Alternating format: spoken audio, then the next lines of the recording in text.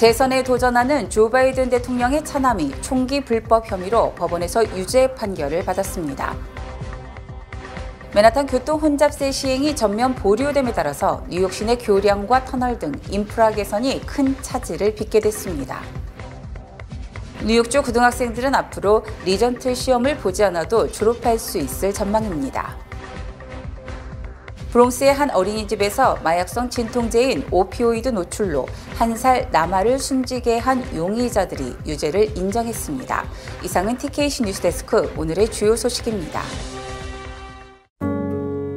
아름다운 제품에서부터 아름다운 사회를 만들기까지 키스는 뉴욕에서 시작하여 현재는 전 세계 12,000명의 직원들과 함께 끊임없이 도전하는 기업입니다.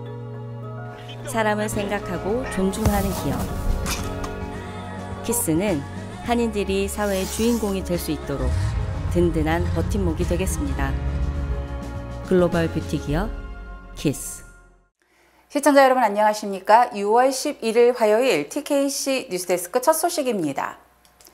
총기 불법 소지 혐의로 재판에 넘겨진 조 바이든 대통령의 차남 헌터 바이든에 대해 배심원단이 11일 모두 유죄 판결을 내렸습니다.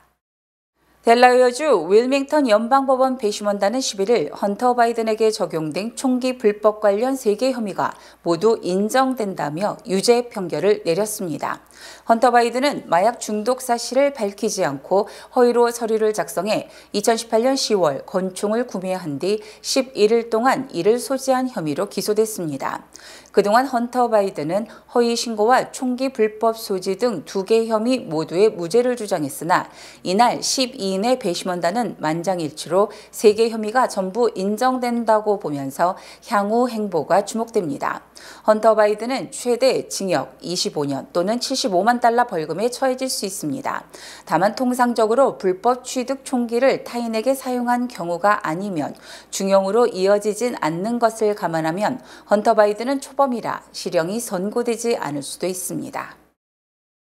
캐시 호컬 뉴욕 주지사가 맨하탄 교통 혼잡세 시행을 전면 보류함에 따라서 뉴욕 시내 교량과 터널 등의 인프라 개선이 큰 차질을 빚게 됐습니다. 제노리버 메트로폴리탄 교통공사 대표는 10일 기자회견을 통해 교통 혼잡세 시행에 제동이 걸림에 따라서 예산 집행 우선순위 재조정이 불가피하다며 우선순위에 대한 집중적 검토가 이루어질 것이라고 말했습니다. 리버 대표의 이 같은 발언은 전기버스 도입, 전철역 접근성 개선 등 시설 개선 프로젝트는 시급한 교량이나 터널 보수 등보다 뒤로 밀릴 수 있음을 의미하는 것입니다. 리버 대표는 맨하탄 교통 혼잡세 부과에 따른 10억 달러 상당의 수익이 줄어드는 등 재정 적자가 더욱 심화될 것이며 일단 기존 대중교통 시스템을 현행대로 잘 관리하는 데 우선순위를 두게 될 것이라고 강조했습니다. 메트로폴리탄 교통공사는 이처럼 예산 집행 우선순위 검토를 마친 뒤 1차적으로 오는 26일로 예정된 이사회에서 이를 논의할 계획입니다. 하지만 리버 대표는 맨하탄 교통 혼잡세 시행을 포기하지 않겠다고 주장했고 이를 보류하는 명령을 내린 호컬 주지사도 시행 취소가 아닌 보류라는 점을 다시 한번 강조했습니다. 뉴욕주 고등학생들은 앞으로 졸업 자격 시험인 리전트 시험을 보지 않아도 졸업할 수 있을 전망입니다. 뉴욕주 교육국은 10일 리전트위원회 회의에서 앞으로 학생들의 선택권으로 리전트 시험을 제공할 방침이라고 밝혔습니다. 교육국은 리전트 시험 대신 고등학교 졸업생들은 비판적인 사고력, 문화적 유능성, 글로벌 시민 의식 등을 입증하는 과정을 도입할 계획이라고 발표했습니다. 베티 로사 뉴욕주 교육국장은 그동안 리전트 시험을 폐지하는 방향에 앞장서 왔습니다. 로사 국장은 하나의 시험으로 학생의 능력을 평가할 수 없다는 주장입니다. 교육국은 오는 7월부터 10월까지 공개 토론을 열고 11월에 개최 예정일 리전트위원회 회의에서 새 정책을 시행하기 위해 구체적인 일정을 발표할 예정입니다. 교육국이 새롭게 제안한 모든 정책은 위원회의 승인이 필요한 사항입니다. 위원회가 이를 승인하기 전까지 모든 졸업생들은 리전트 시험을 합격해야 고등학교를 졸업할 수 있습니다. 날이 따뜻해지며 주말마다 해변을 찾는 시민들이 늘어나고 있는 가운데 매일 100만 갤런의 하수가 뉴욕시 북쪽 허드슨강에 방류될 것으로 밝혀져 시민들의 주의가 필요합니다. 웨체스터 카운티 보건국은 이번 주 주말부터 별도 공지가 있을 때까지 매일 100만 갤런의 하수가 픽스킬에서 용커스 일대 허드슨강에 방류될 예정임에 따라서 해당 지역에서의 수상 활동을 피할 것을 권고했습니다. 크로톤 파크 해변과 필립스 매너 해변 등도 해당 기간 동안 폐쇄될 예정입니다. 이번 하수 방류는 오시닝 지역의 하수관 일부가 파손된 이후 이를 수리하는 과정에서 하수 처리 시설의 가동이 일부 제한된 상황에서 결정됐습니다. 보건국은 수리가 완료되고 하수관이 다시 가동될 때까지 부분적으로 처리된 하수 최대 100만 갤런이 매일 허드슨강으로 방류될 것이라고 말했습니다. 조수에 따라 픽스킬에서 용커스 일대 수질이 영향을 받을 수 있습니다. 카운티 보건국은 수질을 면밀히 모니터링하며 수리가 완료되면 해변을 다시 개장할 것이라고 밝혔습니다. 브롱스의 한 어린이집에서 마약성 진통제인 오피오이드 노출로 1살 남아를 숨지게 한 어린이집 운영자와 해당 건물 거주자가 유죄를 인정했습니다. 검찰에 따르면 35세 필릭스 헤레라 가르시아와 38세 레니 안토니오 바라는 지난해 9월 15일 2세 이하 영유아 4명을 아편유 마약성 진통제인 오피오이드에 노출시킨 혐의를 인정했습니다. 10일부터 시작 예정이었던 재판에 앞서 가르시아는 유죄를 인정했습니다. 그에 앞서 또 다른 용의자인 파라도 유죄를 인정했습니다. 지난해 9월에 체포된 이들은 그동안 무죄를 주장해왔었습니다. 수사당국에 따르면 가르시아와 파라는 지난 2022년 10월부터 2023년 9월까지 브롱스 소재 다비노 니뇨 차일드 데이케어에서 불법 펜타닐 유통 사업을 펼쳐왔습니다. 뉴욕시경은 아이들이 낮잠을 자고 놀던 데이케어 놀이방 바닥에 숨겨진 다량의 펜타닐과 마약을 발견했습니다. 이로 인해 8개월 여아와 1살 남아, 2살 남아 등 영유아 3명이 의식을 잃었고 1살 남아는 숨졌습니다. 이들은 살인 혐의와 아동 위해, 마약 불법 소지 혐의 등으로 각각 징역 20년에서 최대 종신형까지 선고될 수 있습니다. 뉴욕시 최악의 집주인 다니엘 오엘 샬롬이 소유한 워싱턴 하이츠 주택의 세입자 일동이 건물의 제대로 된 수리 보수를 위해서는 건물을 세입자 공동 소유로 전환해야 한다며 시위에 나섰습니다. 어제 맨하탄 워싱턴 하이츠의 705와 709 웨스트 170번가 주택 세입자들이 오헵 샬롬이 소유했던 이 주택을 세입자가 공동 소유하는 코압주택으로 전환할 것을 촉구하는 시위를 벌였습니다. 세입자 일동은 오랜 기간 최악의 집주인으로 인해 방치된 이 건물이 제대로 관리되기 위해서는 세입자가 이를 직접 소유해야 한다고 강조했습니다. 앞서 맨하탄 미드타운과 헬스키친 등의 5채의 부동산을 소유한 오헵 샬롬은 해당 건물들의 관리를 소홀히 해 세입자들을 위험에 빠뜨린 혐의로 지난달 기소돼 형을 선고받았습니다. 오헵 샬롬이 소유한 건물들에서는 수년간 바퀴벌레 등 해충, 쓰레기, 악취, 곰팡이, 온수와 난방 문제가 지속돼 왔습니다. 세입자 일동은 또 다른 악독한 집주인이 이 건물을 차지하지 않도록 건물을 코압주택으로 전환할 것을 강력히 촉구한다고 강조했습니다. 뉴욕시 주택조사관들은 앞으로 수준의 오헵 샬롬이 소유했던 건물들을 방문해 향후 조치에 대한 결정을 내리기 위한 검사를 시행할 예정입니다. 어제 대낮에 중국 북부 길림 소지 베이산 공원에서 미국 아이오와주 코넬 컬리지 대학 강사 4명이 흉기에 찔린 사건이 발생해 미중 간의 긴장이 고조되고 있습니다. 아이오와주 코넬 칼리지 측은 11일 강사 4명이 중대한 사고로 다쳤다고 발표했습니다. 사건은 이 대학이 자매 결연을 한 중국 베이와 대학 소재지인 지린시 도심 베이산 공원에서 전날 정오쯤 발생한 것으로 알려졌습니다. 로이터 통신에 따르면 중국 공안 경찰은 성명을 통해 구이라는 이름의 55세 남성을 체포해 조사 중이라고 밝혔습니다.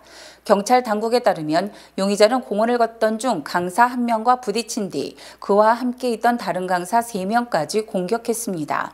이를 말리려던 중국인 관광객 1명도 다쳤습니다. 부상자들은 모두 병원에 입원했지만 생명에는 지장이 없는 상태인 것으로 전해졌습니다. 경찰은 아직 정확한 범행 동기를 밝히지는 않았으며 추가 조사를 이어갈 예정입니다. 중국 외교부는 이 같은 사건이 벌어졌다는 사실을 확인했지만 우발적 사건이라고 강조했습니다. 이번 사고로 다친 미국인 강사 4명은 베이와 대학에서 영어를 가르쳤으며 강사들 중에는 아이오와주 하원 의원의 형도 포함된 것으로 알려졌습니다. 연방정부가 인공위성과 우주선 등에 사용되는 화물 반도체의 생산을 늘리기 위해서 로켓랩에 2,390만 달러의 보조금을 지급합니다. 상무부는 반도체 지원법에 따라 로켓랩과 이런 내용을 골자로 하는 예비 거래각서를 체결했다고 11일 밝혔습니다. 뉴멕시코주 소재 로켓랩은 고효율 내방사선 화물 반도체 생산에 특화된 미국 기업 2곳 중에 한 곳입니다. 우주 등급 태양 전지로 불리는 화물 반도체는 우주에서 빛을 전기로 전환하는 데 사용이 된다고 상무부는 밝혔습니다. 로켓랩은 향후 3년 내 화물 반도체의 생산량을 50% 늘린다는 계획입니다. 지난 러먼도 상무부 장관은 이번 투자는 군, 항공, 우주구, 상업용 우주산업이 과학적 발견과 우주 분야를 계속 선도하는 데 필요한 특수 반도체에 접근하는 데 도움이 될 것이라고 말했습니다. 바이든 대통령이 미리국자에 대한 망명 통제에 나선 가운데 미국 시민권자와 결혼한 불법 체류자에 대해서는 합법 체류를 허용할 것으로 전망됩니다. 뉴욕타임즈는 바이든 행정부가 조만간 입국 서류가 없는 미국 시민권자의 배우자를 대상으로 이른바 임시 체류 신분을 부여하는 정책을 발표할 것으로 전망된다고 보도했습니다. 임시 체류 신분은 과거 군인 가족 등을 대상으로 시행했던 정책으로 비자 만료나 불법 입국 등으로 적법한 입국 서류가 없는 불법 체류자들에게 일정 기간 합법 신분을 부여하고 노동도 허가하는 정책입니다. 하지만 현재 불법 입국자는 미국 시민권자와 결혼을 해도 시민권 취득이 차단돼 있으며 만약 이 조치가 시행이 되면 오바마 정부 때의 불체 청소년 추방 유예에 이어서 가장 큰 구제 조치가 될 것으로 보입니다. 이 조치가 만약 시행이 되면 확대 가족, 배우자, 자녀 등 75만 명에서 80만 명이 직간접적으로 영향을 받게 되며 수혜자 대부분이 라틴계로 예상됩니다. 한편 6개 경합주에서 라틴계 유권자 2,000명을 대상으로 여론조사를 실시한 결과 양자 대결 때 바이든 대통령이 59%의 지지를 얻었으며 다자 대결에서도 바이든 대통령이 47%로 트럼프 전 대통령 34%보다 13%포인트 앞섰습니다. 바이든 대통령이 어제 미국 노예 해방을 기념하는 백악관 음악회에서 트럼프 전 대통령을 겨냥해 새 옷을 입은 옛 유령이 으슬렁거리고 있다고 비판했습니다. 바이든 대통령은 어제 백악관에서 노예 해방을 기념하는 준틴스데이를 기념하는 음악회를 열고 흑인 역사가 미국의 역사라며 전쟁 때마다 용감하게 싸워준 흑인들에게 감사를 표했습니다. 바이든 대통령은 새 옷을 입은 옛 유령들이 우리를 과거로 돌려보내려 하고 있다며 이들은 여러분의 자유를 빼앗고 흑인의 투표와 집계를 어렵게 만들었으며 기회를 박탈하고 다양성과 평등, 포용의 가치를 공격하고 있다고 강조했습니다.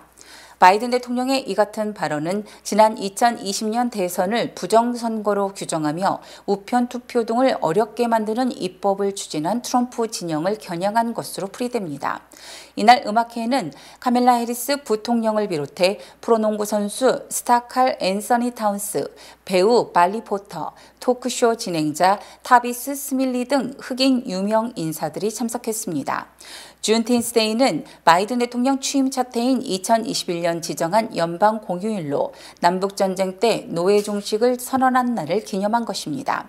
한편 바이든 대통령은 최근 여론조사에서 지난 2020년보다 흑인들의 지지율이 하락함에 따라서 최근 흑인들을 향한 어프로치를 강화하고 있습니다.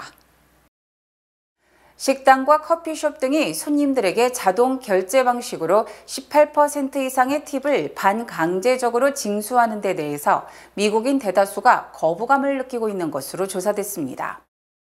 금융정보업체 뱅클레이트가 2,400명을 대상으로 설문조사를 실시한 결과 응답자의 59%가 반강제적인 팁 징수는 잘못된 것이라며 부정적인 견해를 표명했습니다.